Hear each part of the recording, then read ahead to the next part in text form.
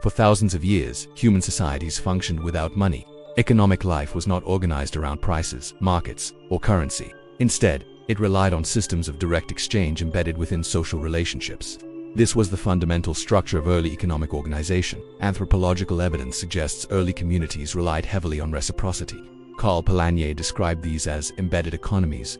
Production and distribution were inseparable from social obligations, kinship networks, and political authority, reinforcing social bonds. However, as human populations expanded, agricultural surplus increased, and trade networks extended beyond local communities, the structural limitations of barter systems became increasingly evident. One significant limitation was the absence of a universal medium of exchange. Trade required what economists termed the double coincidence of wants. Both parties needed to desire what the other possessed. In small communities, this was manageable.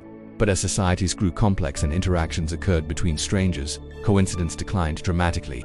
This resulted in a substantial reduction in transactional efficiency, imposing high transaction costs.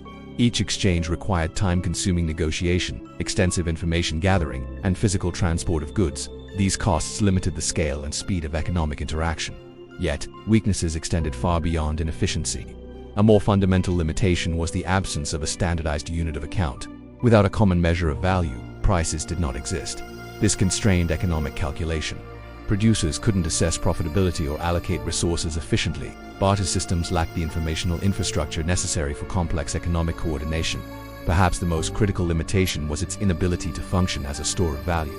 Many goods were perishable, divisible only to a limited extent, or subject to physical degradation. Individuals faced substantial difficulty preserving the fruits of their labor over time. This had profound implications for economic development. Without a reliable mechanism for storing value, long-term investment was severely constrained. Communities couldn't accumulate capital. John Maynard Keynes emphasized money's capacity to bridge present labor and future consumption. Barter confined activity to immediate survival.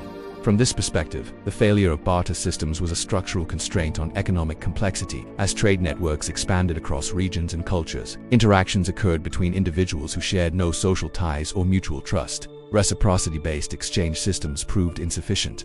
Trust, previously personal, now required institutional reinforcement. The need for a universally accepted medium of exchange emerged as a prerequisite for large-scale economic coordination. Societies independently sought solutions, adopting specific commodities as proto-monetary instruments, intermediaries in exchange. These early forms of commodity money shared characteristics: durability, divisibility, portability, and relative scarcity. Aristotle argued money arises not from nature but from convention, a collective agreement within a political community. This highlights a fundamental shift from direct exchange to abstract representation of value. Sociologist Georg Simmel described this as a critical moment, dissolving personal economic relationships, replacing them with impersonal equivalents. This process of abstraction dramatically expanded the scale of economic coordination. With monetary systems, transaction costs declined, trade networks expanded, and economic specialization intensified. Urbanization accelerated, political institutions strengthened, and complex market systems became possible. The failure of barter was not merely a technical limitation but a structural turning point in human history. Barter systems were adequate for small-scale, localized economies, but incompatible with expanding civilizations. The invention of money didn't just solve an economic problem, it transformed the organizational logic of human societies.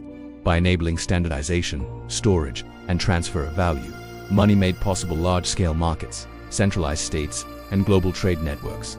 Thus, the collapse of barter was an evolutionary transition, a necessary stage in developing complex economic institutions. Yet, even after early monetary systems, a crucial question remained. What material could best represent value across diverse societies?